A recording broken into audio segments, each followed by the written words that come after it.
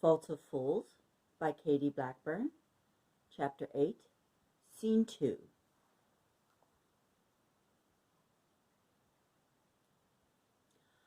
"Don't you look nice?" Thaddeus greeted her as he came into the kitchen. Seeing Eileen sitting at the table in the late afternoon sun, with it washing over her head and shoulders, lifted his spirits immediately. "Why, thank you," she returned with equal good humor in her voice. "My power suit," she said, giving the lapels of the navy wool suit a tug, "in honor of my appearance at the Pittsburgh Board of Education. I had somehow gotten the impression that today was going to be an interview for a teaching position." "It wasn't," he presumed. "No, it wasn't. Took more than an hour to get there. I don't think the lady at the counter spent more than 2 minutes. She pushed all these forms my way and told me to fill them out. When I looked around for a place to do that, she made it plain, not here, and not now, and to come back another day." Eileen let the stack of loose papers gently cascade onto the ceramic tiles of the kitchen tabletop. A few slid in the direction of the floor, and both of them lunged to slap them down before they fluttered off. "But I managed to make the best of my day. I knew I was close to the art museum, so I asked how close."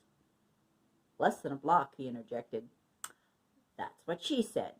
Turn left and stop when you get there." "And?" "It was nice. I liked it. Not a great fan of the modern stuff, but that's just me." She sighed at the bureaucratic mire to be slogged through, and changed the subject to him and what she thought his needs might be, even though she wasn't entirely clear on the nature of the problem itself. "How are your sisters?" "Crisis in stasis. Elena is improving. I'll run over later. Want to make dinner together tonight?" If there had been another man in the room, Thaddeus would have guessed that the other guy's voice had made the suggestion, because the words had popped into the room without any planning on his part. "Sounds good to me," she said, knowing that it probably wasn't a good thing, but wanting it anyway. "I was planning on scrambled eggs. Got something in mind?" Her wide-eyed gaze followed him around the kitchen as he was taking off his tie and hanging his head into the open refrigerator door. "I think we have all the fresh stuff we need for Mexican in here," he said as he straightened up. "In the basement, under the stairs, is a cupboard filled with whatever else we'll need." She nodded and set off down the stairs. The cupboard in question, Eileen discovered, was packed with canned and packaged goods. Skinned lychee nuts, one label read, "Who knew lychee nuts, skinned or otherwise, came canned?" She wondered, feeling certain she had never seen them in her lifetime of grocery shopping. There didn't seem to be any storage method other than shove it anywhere. It took her a while to rummage through the largesse. When she looked back at the stuff she'd winnowed out, sure enough, there was all the products one could wish to make a complete Mexican meal, minus the fresh foods. She carried it upstairs in a laundry basket. He could see her trying to politely phrase the question. Saved her the trouble. "Aladdin's cave," he laughed. "Elena is a coupon addict. You know, one of those shoppers who come away from the grocery store with $100 worth of merchandise for which she only paid $10. For instance," he explained, "with a coupon, she'll pay a dime for a tin of sardines and mustard sauce. Only my sisters wouldn't put sardines down their gullets in a million years. They'd starve first. So I get them," he said with pleasure. "The kippers," Eileen said. Kippers, green chilies, lemon curd, like abracadabra magic words, he called out the exotic viands that could be found below stairs. "A treasure trove of delicacies to tempt your palate. All you need to say is, 'Open sesame oil.'" Thaddeus made silly magician gestures with the spatula he was using to brown the ground beef in the skillet. He dispatched her to the basement once more with specific instructions which case of home-brewed beer to open, and suggested she bring 4 bottles. Then added she should bring more if it suited her. "They're there to be drunk, so please help yourself. You can put some in the refrigerator if you like cold beer." The grimace on his face indicated it would hurt if she did, but he would suffer the indignity in silence. Not a chance, she laughed as she opened kitchen cupboards in search of glassware, hoping she would not be faced with the American abomination, a mason jar with a handle stuck on it. She was spared the pain on spying proper pint glasses. She poured, set the table, and they spent half an hour playing with their food, scooping various things onto breakable taco shells and scooping what had fallen off onto their plates into their mouths. I found this on my windshield when I came out of school today, Tadia said. He fished a slip of paper out of his shirt pocket and handed it to Eileen. What do you think? Keep your distance or I'll make you sorry. Eileen turned the note over to see if there was some added information written on the back. There wasn't. She read it a second time, then studied the lettering. Block style, all caps, lots of pressure on the pen, leaving ink-filled grooves. School teachers spend their days looking at the immature scrawl of children. It didn't appear to her as if this was written by a child. Are you leaning heavy on one of your kids, pissing Mom off? He shook his head. This doesn't register like a kid's work, and I don't think it's from a parent either. The parents of my kids are interested and involved with the kid, or they don't give a rat's ass. This doesn't fit with what I know of any of them. They explored the mysterious note as far as they could, which was nowhere, before he put it back in his shirt pocket. They cleaned off the table together. She put the leftovers away, and he loaded the dishwasher. It was barely 6 in the evening. Because the light was much better down here than in her sitting room, Eileen was back at the kitchen table. Unemployment forms were spread out before her. A red accordion-pleated wallet filled with her important personal documents lay there too. Certificates to catalog a life, birth, marriage, teaching, divorce, and teaching again. Tadius came out of his bedroom in his exercise clothes, spandex shorts and a tank top.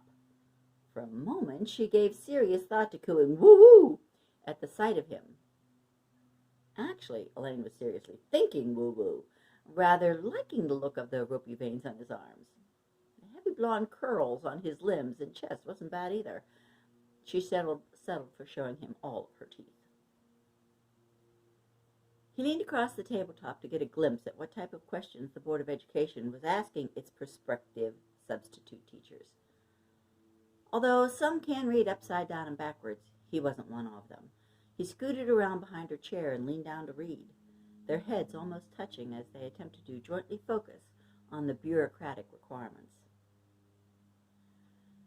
Noticing that a little tilt of her head would have brought her temple to rest on his warm cheek, drew her thoughts away from the mundane demands of name and present address. What was that inexplicable sweetness that came with resting your head against someone you cared about, she wondered. Rest it on their shoulder. Rest your head against their arm. Best of all, rest it. Just rest it against their head. What's to be gained by it, she questioned herself. You can't see them from that angle. You can't hear their thoughts, although you possibly can hear their blood pumping and their joints creaking. It's a good thing they can't see you from this angle. The part of your face that rests against them isn't usually soft, pliable flesh. It's usually bony and hard. The pressure usually pushes your face out of shape and puts a pout on your lips. But there's nothing like it, she mused. The very idea is pleasant. It is also inherently dangerous. Resting your head against someone you care about but don't want to get physically involved with is dynamite. Pay attention, she commanded herself. Present address. Same as Tadia, she mentally answered, trying to block out the feeling of warmth emanating from him. Sexual attraction is the thing adults deal with on a daily basis. Everyone knew that. It's an established fact. She'd read that somewhere or other. Regardless of their marital status, many people fall in love every year or so. Most don't do anything about it. A mature response. If people gave in to every passing fancy, the economic progress of a society would come to a grinding halt, metaphorically speaking. Not to mention the human wreckage from broken relationships, she reasoned, while taking in a deep breath and letting it out slowly to cement that idea in place. Previous address was the next line her focused on. Same answer. Same as Tadia's. It wasn't love at first sight on a castle parapet. It wasn't even love. Sexual attraction, perhaps. The bond of shared experiences, maybe. Friendship. Definitely friendship. But colored by the immutable fact that they were unattached people of opposite sexes. At any rate, she had been sure they both felt it during the time they lived together separately in the Zavadny apartment. All right, so she had even thought about doing something about it, but when you live at close quarters, you have to make your choices carefully. You live by the written and unwritten list of rules for communal living. Besides, many Americans, and herself in particular, were not used to conducting a private relationship with a bunch of interested strangers listening at the door and rolling their eyes over what they heard. In the end, Eileen had come to the conclusion not to do anything about what she thought and felt without ever having spoken a word on the subject to the object. It was not so easy this time, Eileen decided. There weren't any good reasons why not, other than I simply choose not. That's me, queen of denial.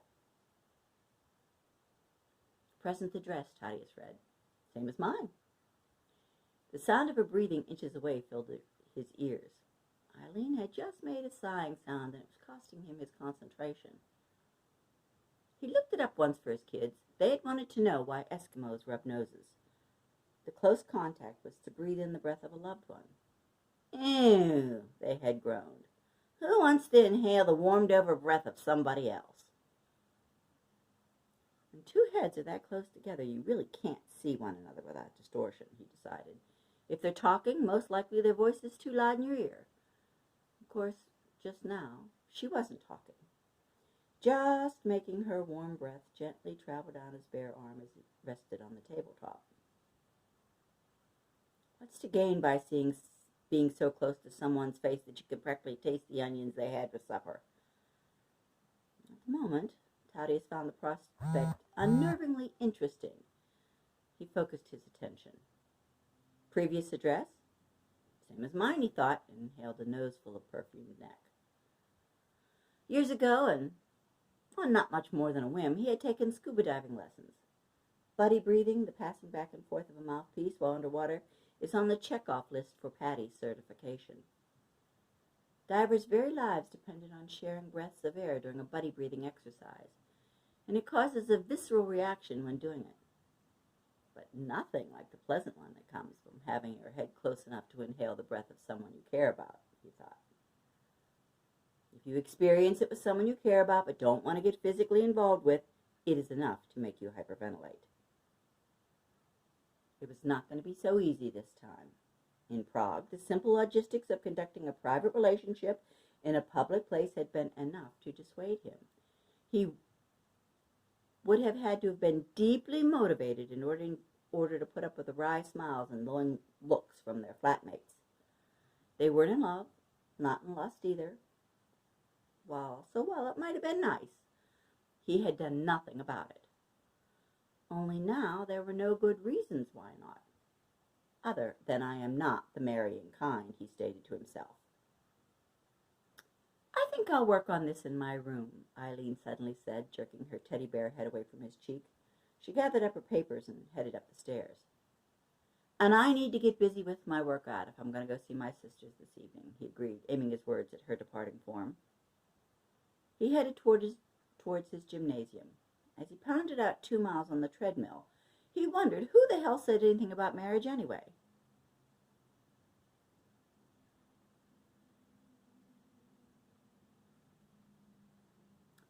On her way in the front door, she had gathered the plain white business envelope from the mailbox, along with all the other stuff. Lila Huffnagel never opened up her husband's mail and really wasn't the least bit interested in ever doing so. The letter had lain on the dining room table along with the one from American Express. She casually watched him tear open and unfold the letter offering the honor of possessing a gold card while she chatted about the day's events at work. Most of Arthur's attention was on his wife's words, little on the piece of junk mail in his hands.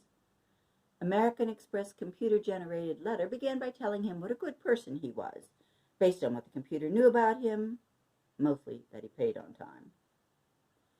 After perusal of the first few lines, he dropped the papers onto the table and reached for the second envelope. The message was short, not more than a few cryptic lines alluding to events that were more than a decade old.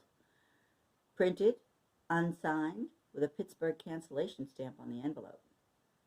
Based on what the author of the letter purported to know about the man, Arthur was not a good person. Its essential message was, I know who you are, and I saw what you did. Lila watched him read the letter with enough incredulity in his face that she waited for him to tell her what it said. But he hadn't. Nor did he tell her after he looked at it a second time. One page of bond paper with a handwritten message on it. Lila had seen that much from the kitchen doorway. Obviously personal. She wasn't liking the idea forming in the back of her mind. If Arthur had wadded it up and thrown it in the trash with a credit card offer, she would have tossed out her curiosity right with it. After dinner, when she was pulling the white plastic trash bag out of the can, she saw the American Express letter. Her hand pawed the trash just enough to make sure the bag was easier to tie at the top, quietly lying to herself that she wasn't looking for a long white envelope and a single sheet of white bond paper. She was ashamed of herself for even thinking of looking for it. Knew full well that if she would have despised herself if she read it when she found it. Only she didn't find it.